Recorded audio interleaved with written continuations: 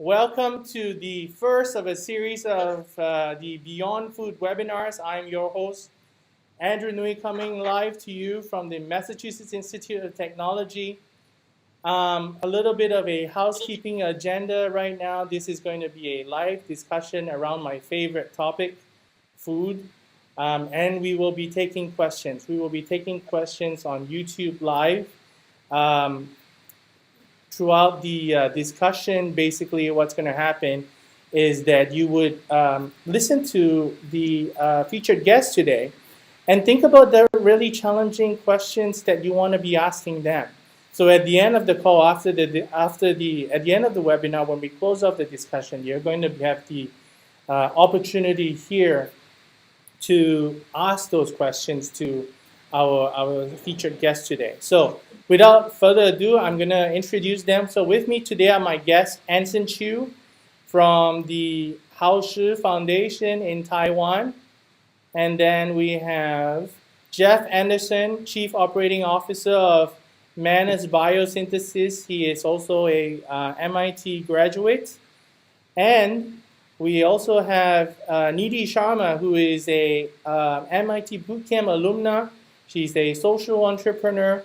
And recently, she just was accepted into the graduate program at Integrated Design Management. Welcome. How are you all today? So Great. Awesome. So Anson, let's start with you. Tell us more about yourself. What are you doing at Haoshi and stuff like that. Okay, thanks, Andrew, and hello, everyone. My name is Anson Chiu. I'm from Haoshi Foundation. Haoshi Foundation is a Taiwan-based not-for-profit foundation, and right now I'm leading a team to promote food and agriculture innovation and entrepreneurship here in Taipei, Taiwan. Very glad to see you all, here. All right, and Jeff. Yeah, hi, I'm Jeff Anderson. I work for an MIT spinout called Manus Biosynthesis. We engineer microbes to produce rare plant chemicals that are then formulated into all sorts of different food and food products and consumer products. It's an honor to be here with you today, and I look forward to the discussion. All right, and Nidhi. Hi everyone, I'm Nidhi Sharma from India. I'm currently working with the government of my country, which is India, to convert fecal matter and animal waste into useful things so that we can trigger people of this country to adopt healthy sanitation practices. Awesome. I'm glad to be a part of it, coming back to the bootcamp. So what we're beginning to see here is Jeff at the technology and innovation early stage in terms of food creation, and then we begin to see Nidhi at the tail end, or should I say the end of the cycle, where we're talking about sustainability and how that can become a full circle in this idea of a circular economy on food. All right, but before we dive into the details, for those who are new to us, I'd like to really share a little bit about what we do here at the MIT Bootcamp. So our team at MIT creates MOOCs. What are MOOCs? They are massive open online courses in entrepreneurship and innovation that are freely available to everyone in the world on edX. And what is edX? edX is a free learning platform that you can take our courses. So it's edx.org. And then the other thing that we do are also these things called bootcamps. So what exactly are bootcamps? The bootcamps bring entrepreneurs and innovators from around the world to learn and practice the innovation frameworks that are taught here at MIT, right? So you will acquire and practice the skills. So basically what happens is that we have the online course where you will acquire the knowledge, and then we invite you to come to the bootcamp to practice that knowledge. To practice really the critical skills required to be leaders that drive innovation and collaboration. How to manage and lead a team, communicate and work effectively, and probably one of the most challenging of all, how to give and receive objective feedback. All right, let's get started. Let's talk about the Beyond Food Bootcamp that is happening in Taiwan in September this year. So Anson, can you tell us a little bit more about the challenges surrounding the food life cycle journey, and why is it so important that we address this now? Well, in fact, I hope we can address these food challenges, many years earlier, because we are so passionate about food. And the food challenges, I would say, in the next 30 years will be very different from the food challenges were in the past decades. Because, let's talk about the food challenges from food journey or food life cycle or from the food supply chain perspective. And if we talk about the demand, first, start from the demand, the global human population expect to grow from 7 billion today to 9.6 billion in the year of by the year of 2050, and which means we will need an extra 70% of food just in order to feed, the whole human population by in the year of 2050. And the first challenge we have to ask ourselves is, do we have enough food to feed everybody in the future? But the growth rate, are very different among the countries, because like the growth rate in Taiwan, because we have very low birth rate here. So the total population in Taiwan is not going to grow anyway. But, in a lot of maybe developing country, we can see, they have higher growth rate. So they will demand for more food. And right now for them, actually they are export more food. But in the future, they will have less food export to other country, and which, it's kind of different challenge to each country. So from the demand side, we can see a very huge demand for food. And from the production side, I would say, the climate change and the global warming basically is not a lie. So it increased the uncertainty of food supply in the future. And because the food is so sensitive to the climate, even 1 degree temperature up in the rice paddy will decrease by 10% of its yield. If we take the coffee bean as another example, 2 degrees increase in the coffee bean, the yield will decrease by 80%. And so the climate actually is a very big, uncertainty for the future production, food production. Another thing is from the production side, the pollution and the water scarcity, something like that, and the soil, the farmland deteriorate or degradation will impede the future of the yield rate. So we really need to think about this may risk the food security in the future. So how can we overcome the climate limitation and steadily produce the food, but not impact our environment will be the key challenges in the future as well. And the third thing is, if we think about the challenges from the consumption side, from the consumer's viewpoint, because the world is so flat, and because of the high frequency of global trade and the complexity of the global trade, more and more people now are conscious of the food security or maybe the food safety issue. So today's consumer, they are requesting for more information, and they just where the food is from, and they want to know what's inside the food, and they want to know how fresh it is and how it is processed. So basically they want to know everything along the food supply chain. So they want information, they want the transparency, and they care about their health and the nutrition facts than any time before. They just want the environmental friendly food product and less waste as well. So we can see a lot of challenges in front of us, and if we taking all the challenges into consideration, we believe that the future challenges of food system for the entrepreneurs, just like the future entrepreneurs who will join the MIT Bootcamp to overcome, should be focused on transparency, health, and sustainability. Awesome. So as you can see, When we say beyond food, we literally mean beyond food. It's not just about the food consumption, but literally you look at the start where food comes from, all the way to the end, to the middle part, nutrition, health, wellness. So we're really exploring the not just the breadth, but literally the depth as well of this food space and food innovation space. So Jeff, let's talk about this a little bit, and maybe you can shed some insight into where Manus Biosynthesis is sitting in this continuum in terms of the food innovation space. Can technology and innovation, from your perspective, help solve this problem in supply chain, in terms of supply demand outstripping the supply that is happening and that you begin to see? Can you share some insights on that, Jeff?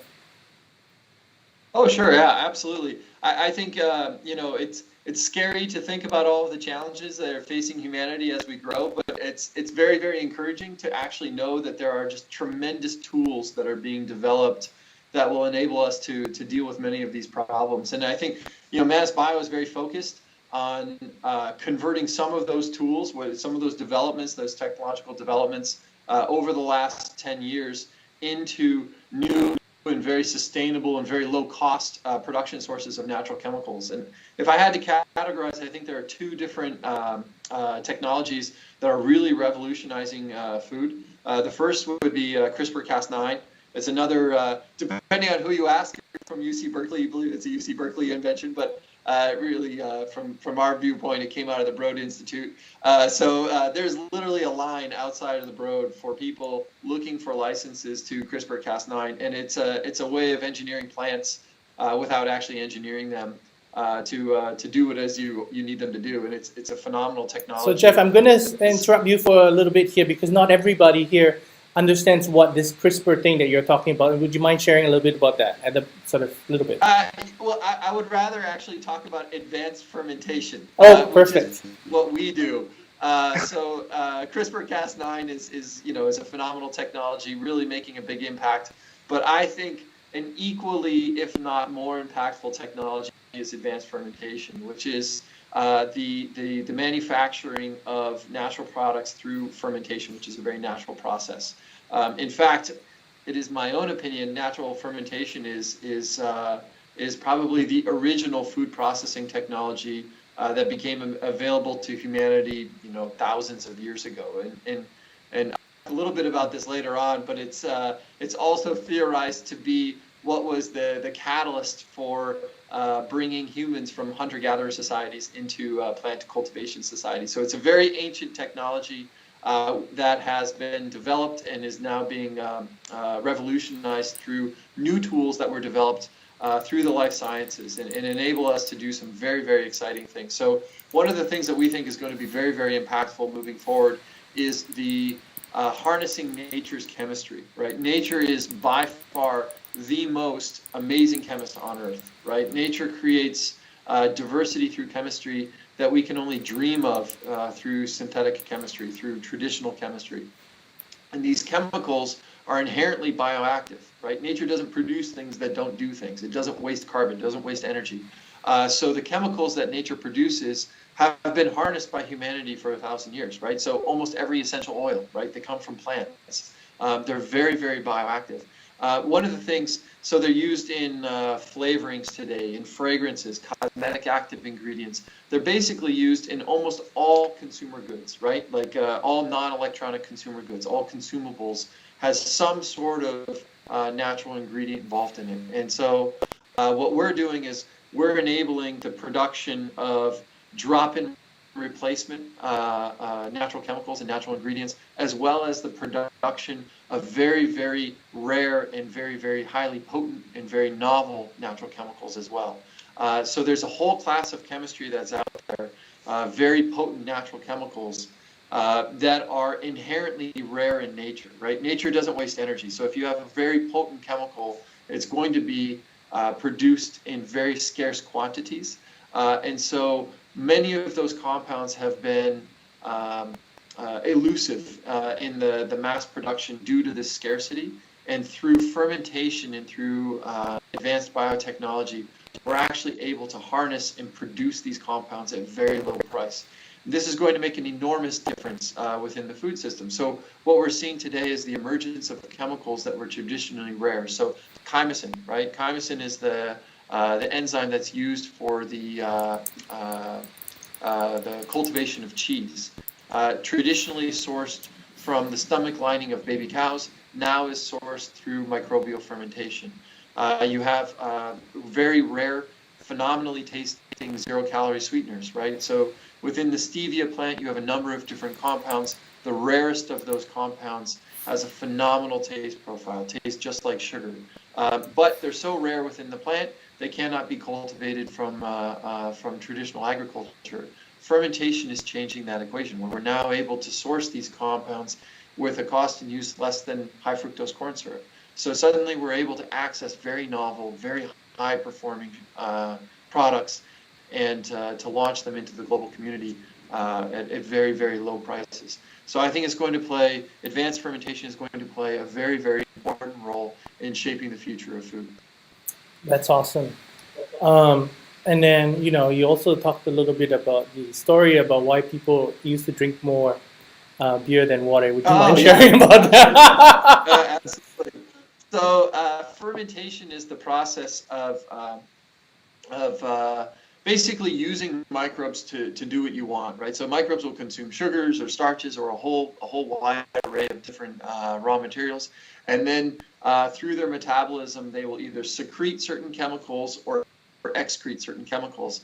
And so traditional yeast fermentation, yeast will produce ethanol to basically kill its competitors, right? So ethanol is an original natural antimicrobial compound. So fermentation for alcohol production is actually a preservative. You're killing all the other microbes. So if you go back 1,000 years, humanity drank incredible numbers of fermented beverages, i.e. beer, mainly because it was pure, right? It didn't contain harmful bacteria. And so, yeah, it's a very ancient process, a very important process in the past, in the history of humanity, and I think it will play an even larger role moving forward.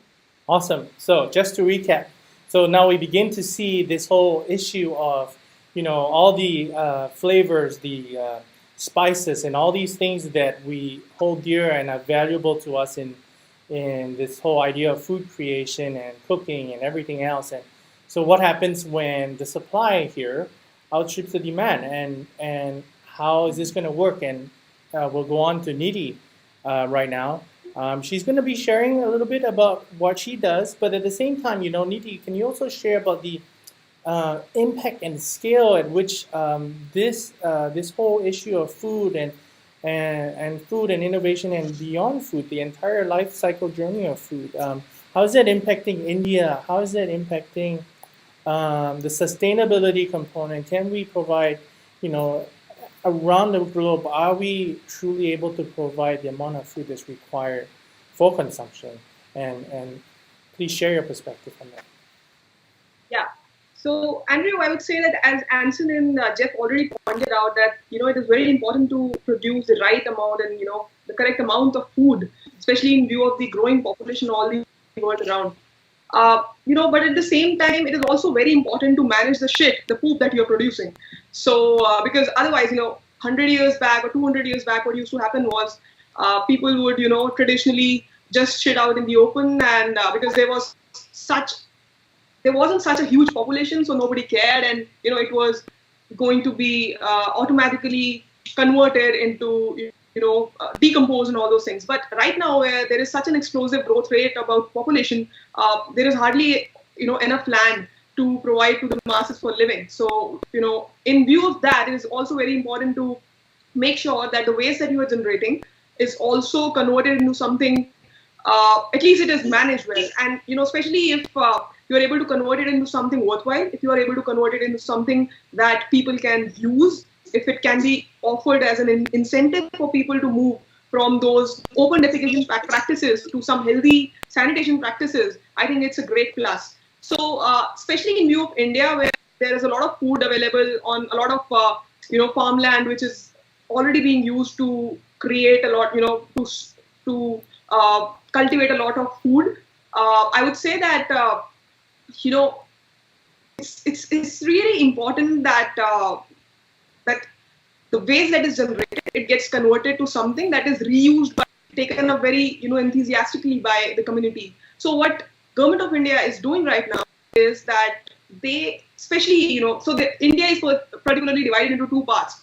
One is the urban part of India, and one is the rural part of India. So in the urban part, the sewage, the sanitation, and all those processing facilities are very well laid out.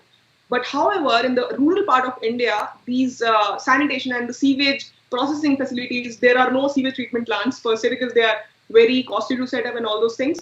And of course, the rural households, they are very, located at a distance. So it doesn't make sense to really set up a plant and, connect all those households all together like that. So what the government is doing right now is they are pushing in a sanitation practice where, you are able to create very high quality, very potent organic manure out of the shit that you are putting in.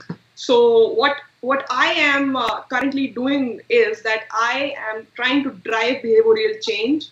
First of all, with the people of India, people who are right now defecating in open, I'm offering them this great agricultural thing called the golden manure, which they are actually themselves producing in their own households. And I'm trying to play with their beliefs and their value structures, and trying to move them from their conventional forms of open defecation to proper managed forms of defecation.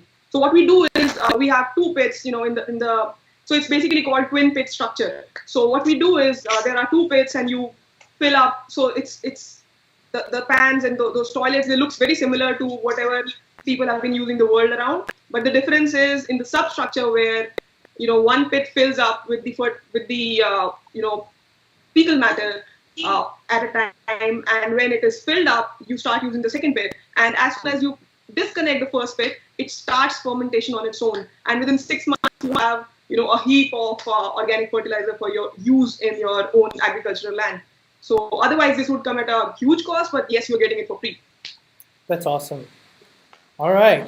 So now we begin to see how India is using new and innovative ways to solve the growing of food.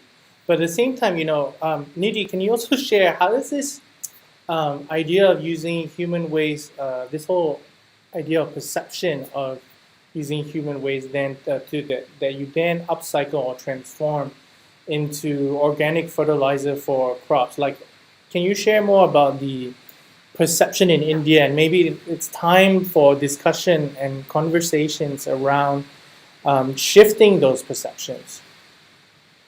Yes. So the perception, Andrew, is that in India, especially in villages, there are huge houses and people have huge mansions, but because of their old deep-rooted beliefs, they would want to shit out in the open because they want to feel the air, they want to feel the rivers flowing and the greenery and everything. So, the main intention of going out in the open is not that they don't have something, that they don't have land or the resources to make their own toilets. It is driven by the fact that they are used to it, and they just want to absorb the natural beauty while doing that. So, it makes it very important that you have something really awesome to offer them, not just money, not just, that you are okay, you're moving to something modern in terms of toilets, but you have to really offer them something very worthwhile. And most of these people are farmers related to agriculture in one way or the other.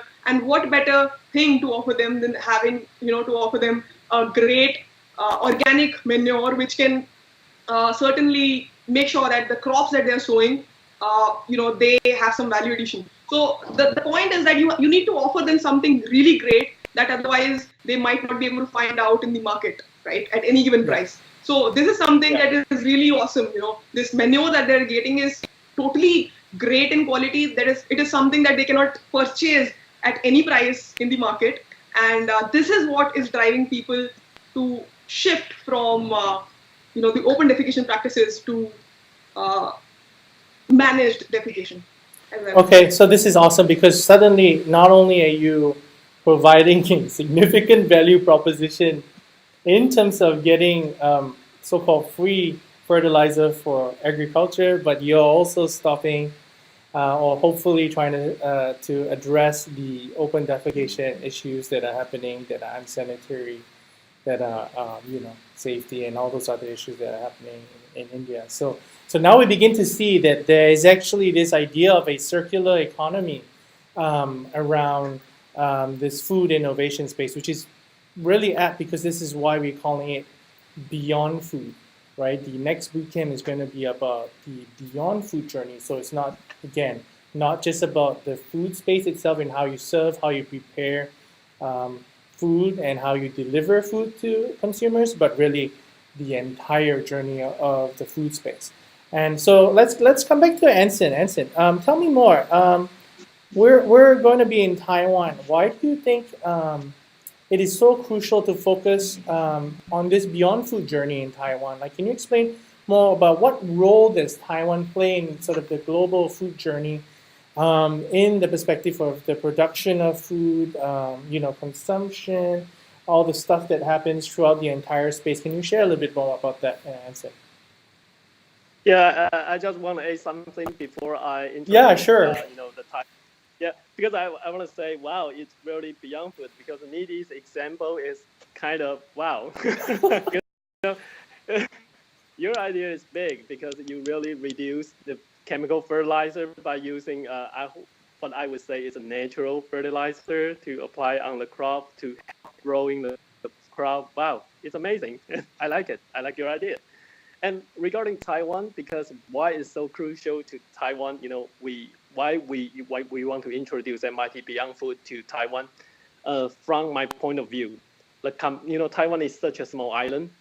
I'm not pretty sure everybody know about Taiwan, but the area of Taiwan is just about 1/4 of New York State in the United States.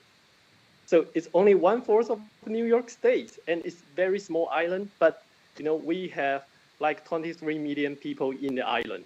So in Taiwan, we only have like 32% of the food self-sufficiency ratio in Taiwan. So we need to import a lot of food from outside of the country. So this is from the demand side. We cannot grow that much food for ourselves, and this is the first thing. And the second thing, the food industry in Taiwan and agriculture industry in Taiwan right now is kind of stagnant because we have very low birth rate. And, I would say the food industry is kind of very solid demand. If you have more people, you will consume more food. But in Taiwan, very low birth rate, so our population won't change for like a decade. So the demand is the same. We need to think about something just in order to change this industry. So it's very crucial to us to change the whole industry. And from the consumption side, because recently, I would say in the recent years, Taiwan facing some, food problem, food quality, and food safety issue. And this is all due to the complexity of the food supply chain because we import a lot of food from outside of the country. And so I would say to us, it's kind of very, very keen issue to us to solve. And from my point of view, the complexity of food supply chain in Taiwan can well represent a miniature of the global food system. And that's why we welcome everybody come to Taiwan to see Taiwan so that you can get a big picture about, the global food supply chain, what the global food supply chain is like. And what I just want to say that we want to bring the Beyond Food Bootcamp to Taiwan mainly because we want to encourage the Taiwanese people to put more attention, on the food challenges. And we want to use Taiwan's problem as an example for global entrepreneurs to think about how they can create solution and for a better future food system. So that's why, we want to talk about this right now. Awesome. So I want to talk about the global food supply chain component here. Jeff, right now you're at Manus Biosynthesis, but I also understand you have a background on global supply chain. Let's talk a little bit about your story there and how does the global, your experience in global food supply, global supply chains with shipping. And how do you see this whole thing about food being trucked and shipped around the world? And how can we, talk about a little bit about, perhaps maybe that's something that we want to focus into solving. Sure. Yeah. So I think I like to joke that I'm the only person who into industrial fermentation through an interest in supply chains because my background prior to MIT, I worked for nearly a decade at AP Moller Maersk, which is the world's largest shipping company, huge shipping conglomerate. It was fascinating experience. I was able to work for them all over the world, and I really gained an appreciation for the importance of supply chains and the just absolute crazy complexity of many multinational supply chains and in food supply chains in general.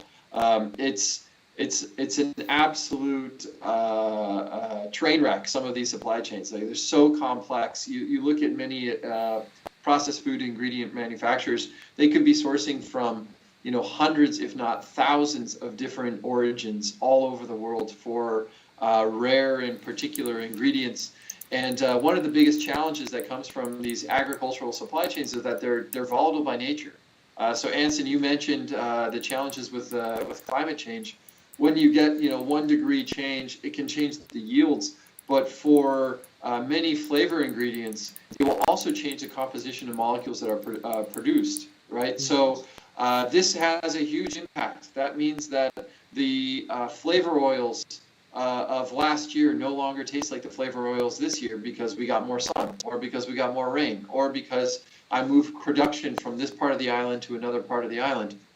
It is extremely volatile, and all of that volatility it dead ends at the multinationals that are buying all of these different ingredients. And I mean, let's face it, you want your Tide to smell the same, you want your laundry detergent to smell the same, you want your Sprite to taste the same from year to year.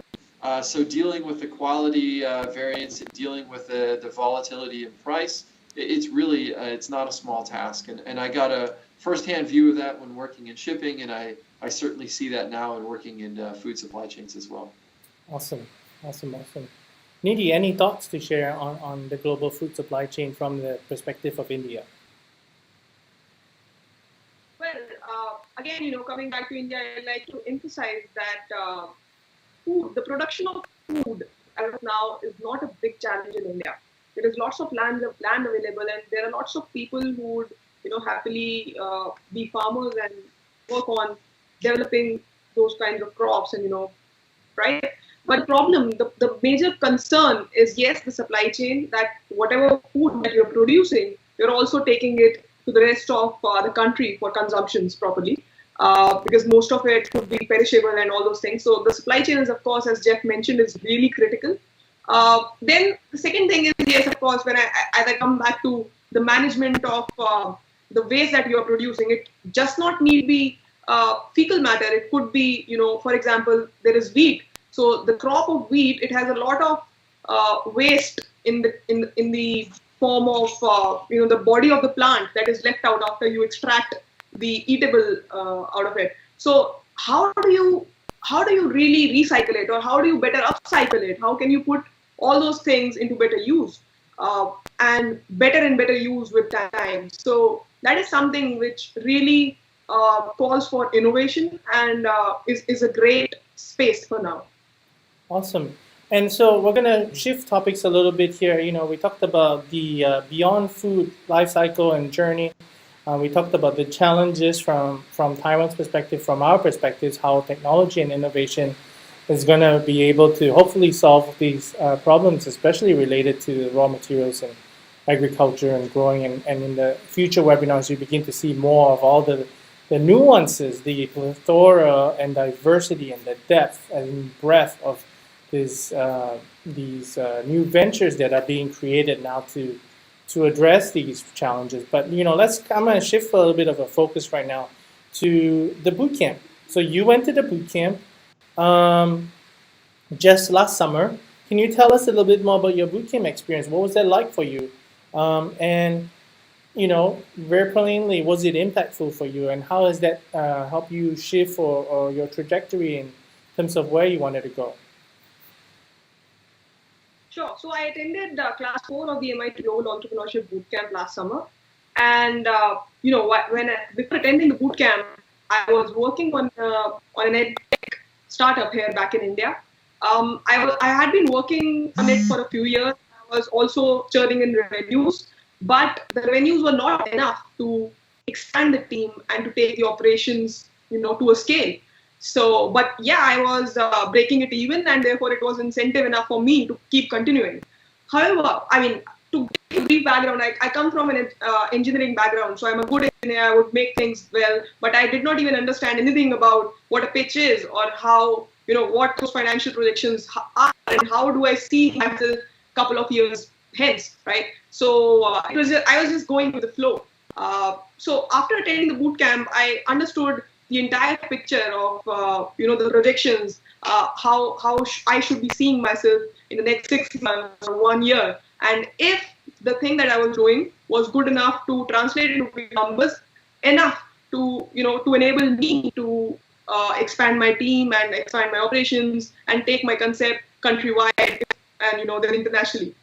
So after attending the bootcamp, I realized that what I'm doing is something that is okay. I like it and I feel really good doing it, but maybe it is not something that would translate to the correct numbers, and maybe it's not the market that I am looking at is not ripe enough for it. So I took a step back last year after coming back from the bootcamp, and I analyzed using those 24 disciplined entrepreneurship steps, and I was talking to a lot of alumni as well from the community, and I got this confidence of reanalysis and all those things, and I figured it out that okay, this is something that I need to take a step down on and maybe keep it for some later time when the market in India is mature enough for it. And then I started looking for other opportunities where I can create a deeper social impact.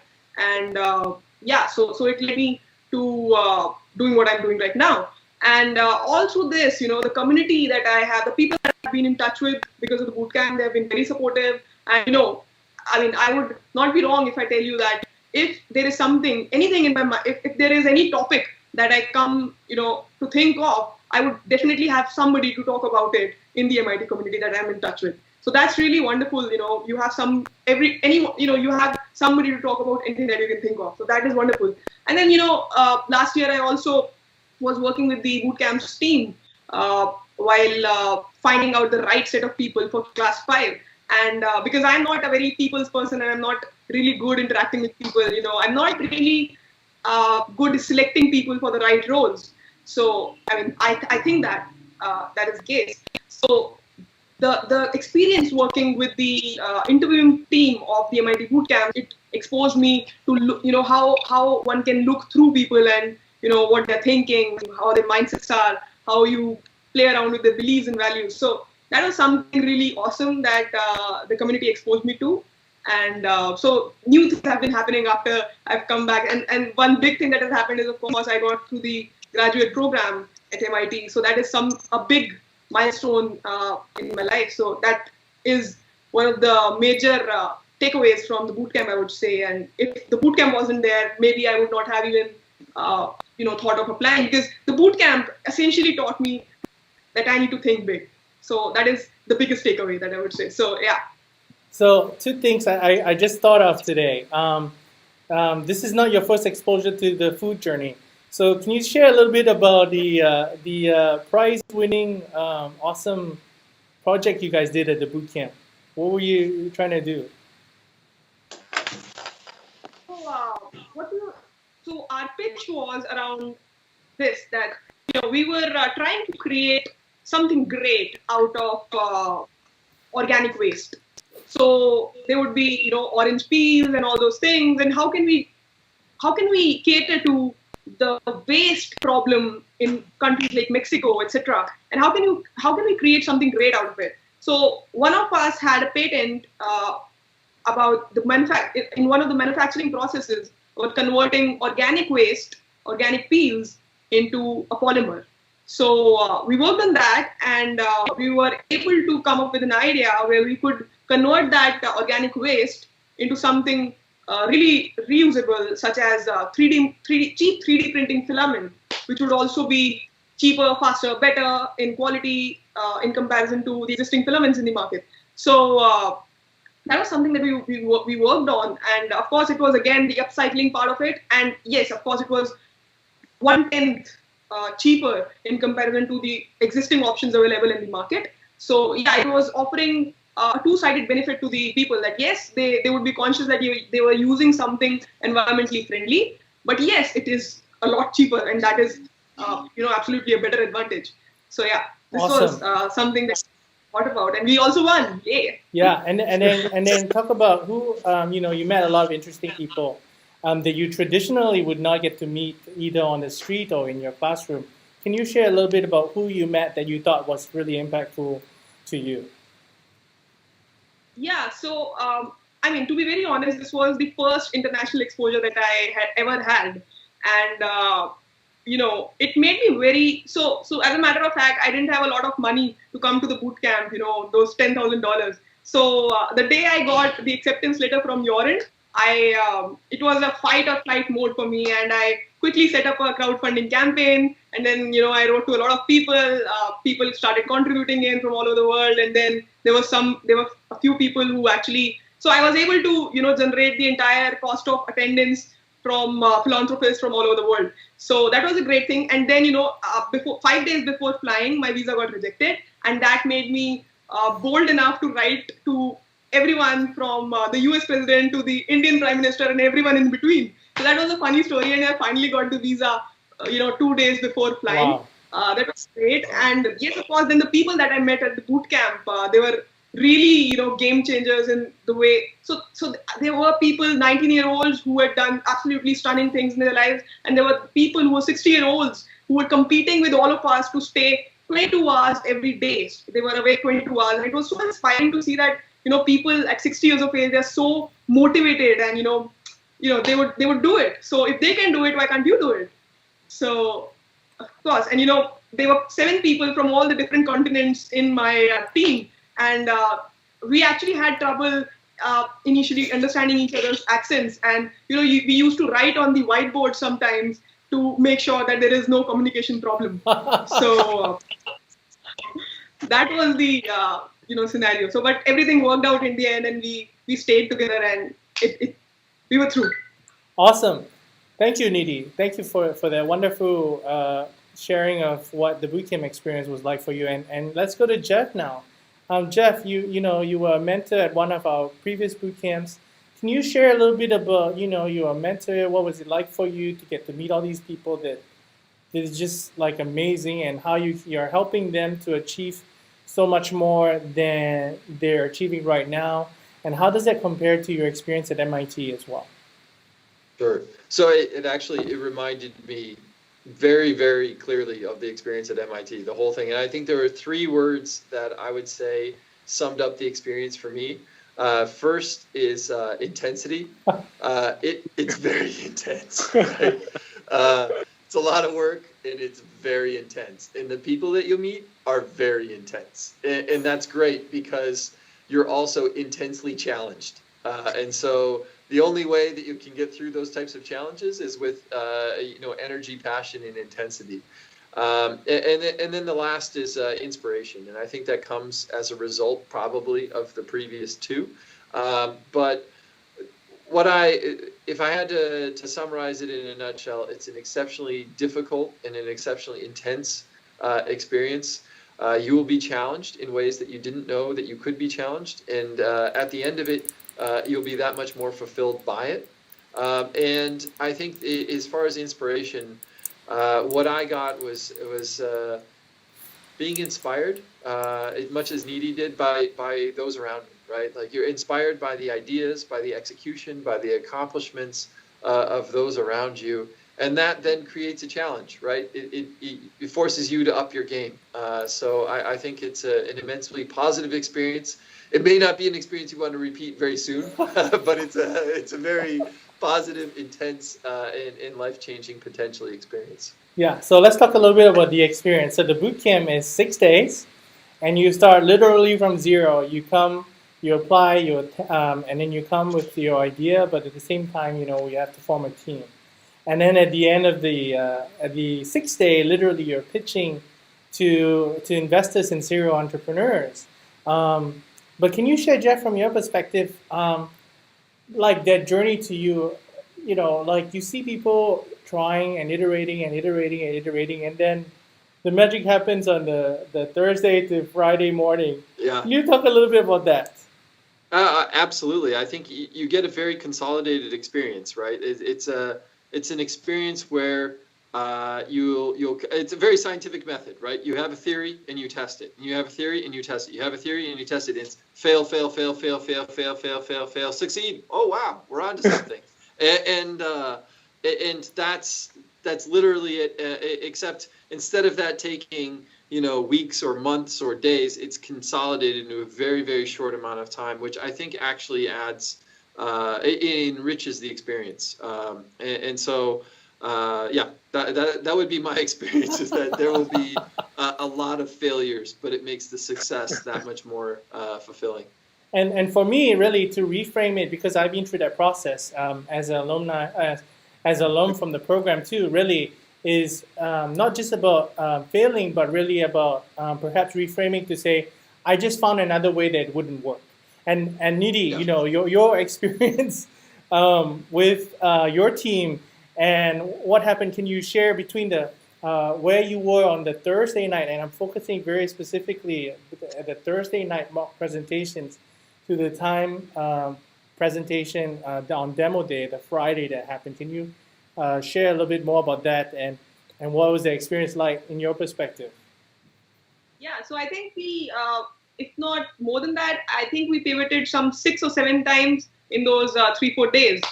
And, we were working from everything from superfood for pregnant women to superfood for diabetics to superfood for kids in Cambodia to everything in between. So there were a lot of things we were working on. And then suddenly a mentor comes in and he says that, okay, the problem that you're trying to solve, it has, it is offering good to a lot of people. So I think it's better that you focus on a single person and, a single kind of target audience, and you make something out of it. So he just, we were like, okay, fine. You're giving us all the, whatever you have to say. But then he just started talking to us. Okay, what is your background? What is your background? So he started going on across the team. And suddenly some of us just blurted out that she had a patent in one of those manufacturing processes. He said, wow, you have a great thing in your kitty and you're not using it. Why don't you use it for something? So that was the bingo moment. And it was, I think, some 30 hours before our pitch, and we had pivoted. So that was the last time we pivoted, 30 hours before the pitch day, and one thing led to the other, and we were finally down to, from making vegan leather to 3D printed filament and all those things. So that was a crazy thing, but yes, crazy thing, but yeah, it turned out well. Awesome. So, all right. Well, we're almost there at the question and answer sessions in about 2 minutes. Any final thoughts, Anson?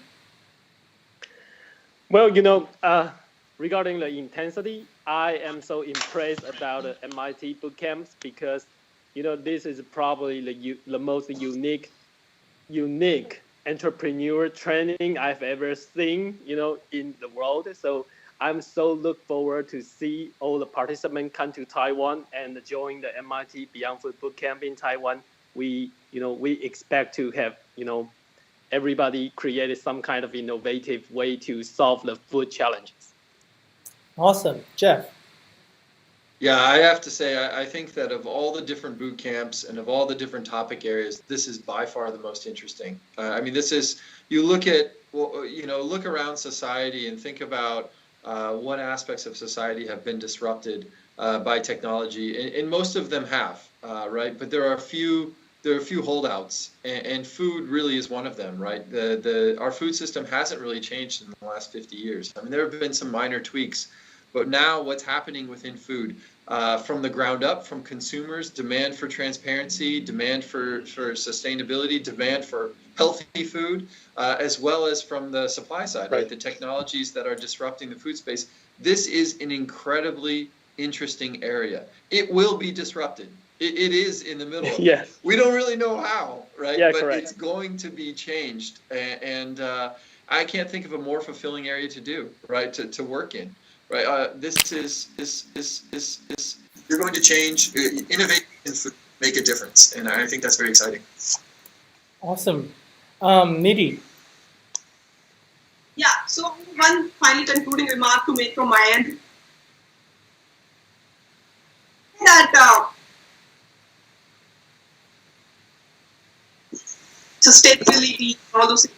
I think it's about the process. And no matter if you're a teacher or if you the process, you can definitely apply it to whatever you in the world that you do.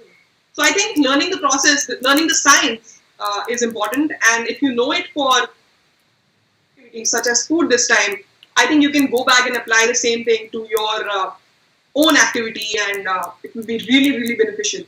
So yeah. Awesome. Great. So we're going to ask some, but before we go on, I want to, no? Okay.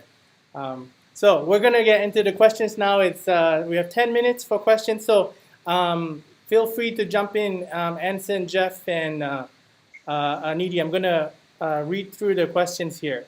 Let's see. I'm kind of scrolling backwards. So Laxman Narula is asking, how can the smallholder farmers, how can they bring their food into the national food production grid? Can you share sort of like, I know we're not agricultural experts here, but like, I mean, maybe Jeff, you can talk about, you know, the global supply chain and how can smallholder farmers, how can they kind of start contributing to supply and demand? Your thoughts, Jeff? Yeah, I think, you know, one of the things that's really interesting, there are two demands that I think are changing the landscape, or two trends that are changing the landscape for smallholder farmers. And I'm not an expert in this, but I think these might actually be very impactful. One is transparency in the supply chain, right? So if you go to a restaurant, many restaurants will not only start telling you about the ingredients that are in their various dishes, but where those ingredients came from. And authenticity is incredibly important. And so consumers are interested in knowing the origins of their food and their food ingredients. So any way that you can highlight the superiority of whatever it is or the uniqueness of whatever the smallhold farmer is working in, I think is really important.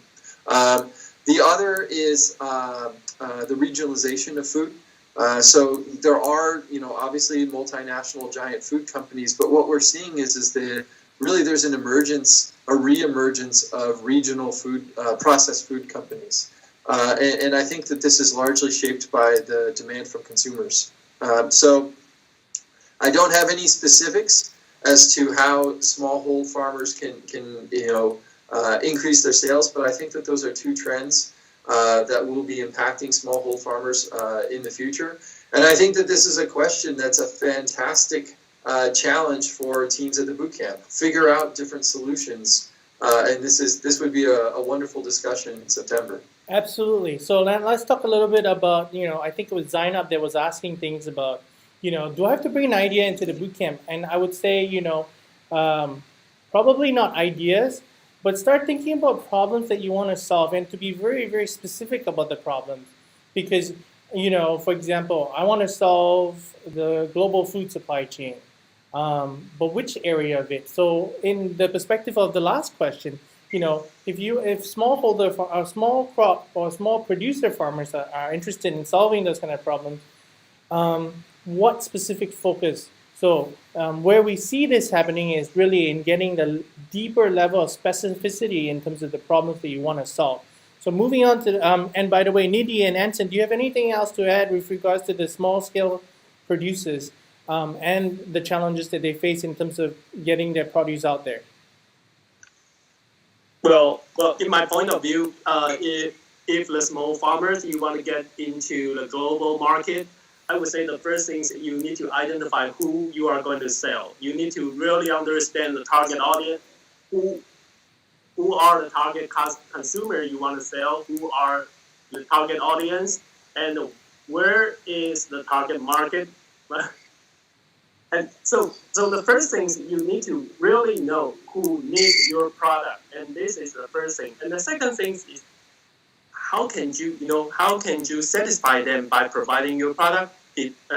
I just want to add something about did you really solve the problem they need? So the first thing is about if you shorten, let's say shorten the supply chain, if you kind of diminish the I would say the black box, or you create a transparency about your product. So this is kind of example that you're solving some problem they might have, because sometimes if you purchase something from somewhere, you don't know where it's from. But as a small farmer, because you can let them know where your product from, there is always some consumer, they just want to know where it is, and they can see what you grow, and they can understand your product, so they might some potential market chance. Awesome. So now we begin to see the importance of the food supply chain and the transparency in that process. Nidhi, anything else to share? Yeah, I think especially for small-scale farmers, it is very important that they know how to leverage the existing supply chains, because you cannot expect them to set up their own supply chains for reaching out to customers. They don't have those kinds of resources. So it is very important that they understand how to leverage the existing supply chain and make sure that their product reaches their customer. Awesome. So I want to get into the technology and innovation perspective now.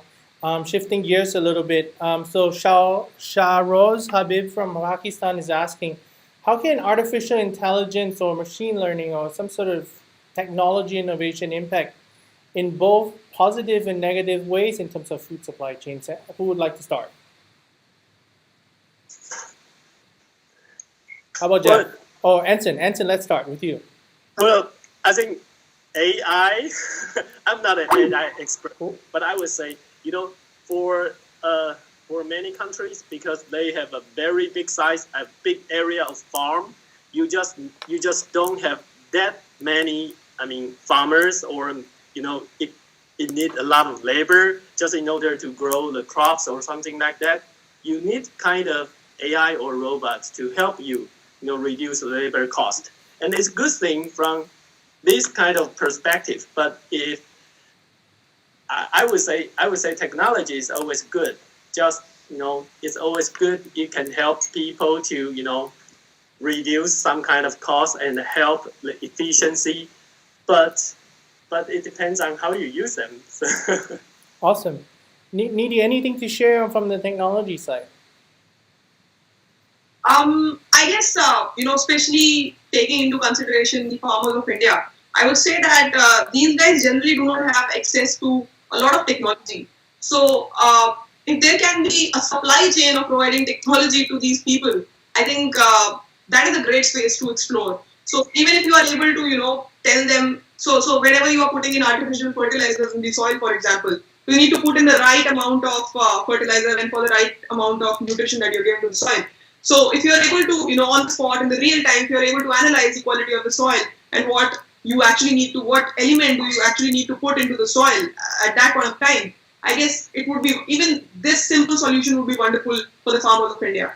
So I guess, yes, technology, when you bring in technology to the picture, you can do a lot of things. And farming is something that is highly unexplored right now because of the evident disconnect between the urban side of India and the rural side of India. And I guess this is some place where you can earn and mint a lot of money if you explore it nicely. Absolutely. Anson, go ahead. Yeah. By the way, I know some people will believe that, by introducing the AI will diminish some job. But I would say, maybe you can have a better job just by, have yourself trained or educated by another, another skill. So don't worry about it.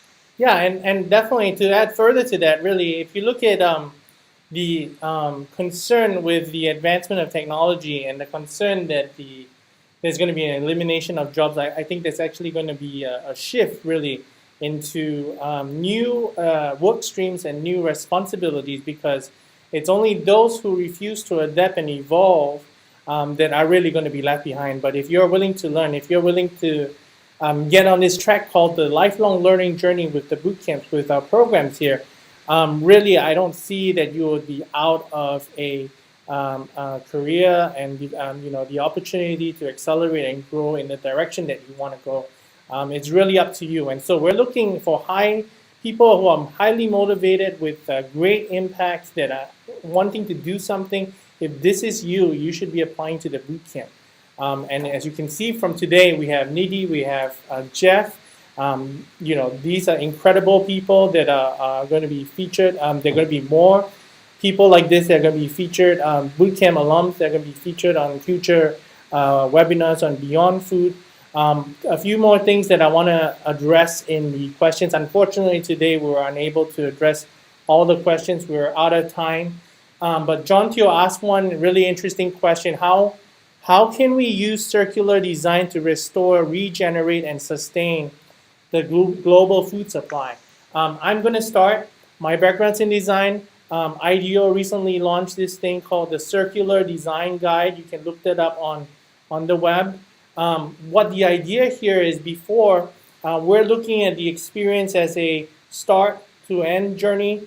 Now we're bringing the start and end journey around to form a circle. So from that perspective, we begin to see a very, very different shift into how it is really a life cycle. And these are awesome questions. But before we go, unfortunately, Jeff had to leave. So thank you, Jeff, for your time. But Anson and Nidhi, do you have any final thoughts before we end this session? I just want to say that we want people to think food from a broader view, and along the food journey, we encourage all the participants in the MIT Bootcamp to not only focus on food itself, but also think about the transparency, health, and the sustainability. Awesome. And Nidhi?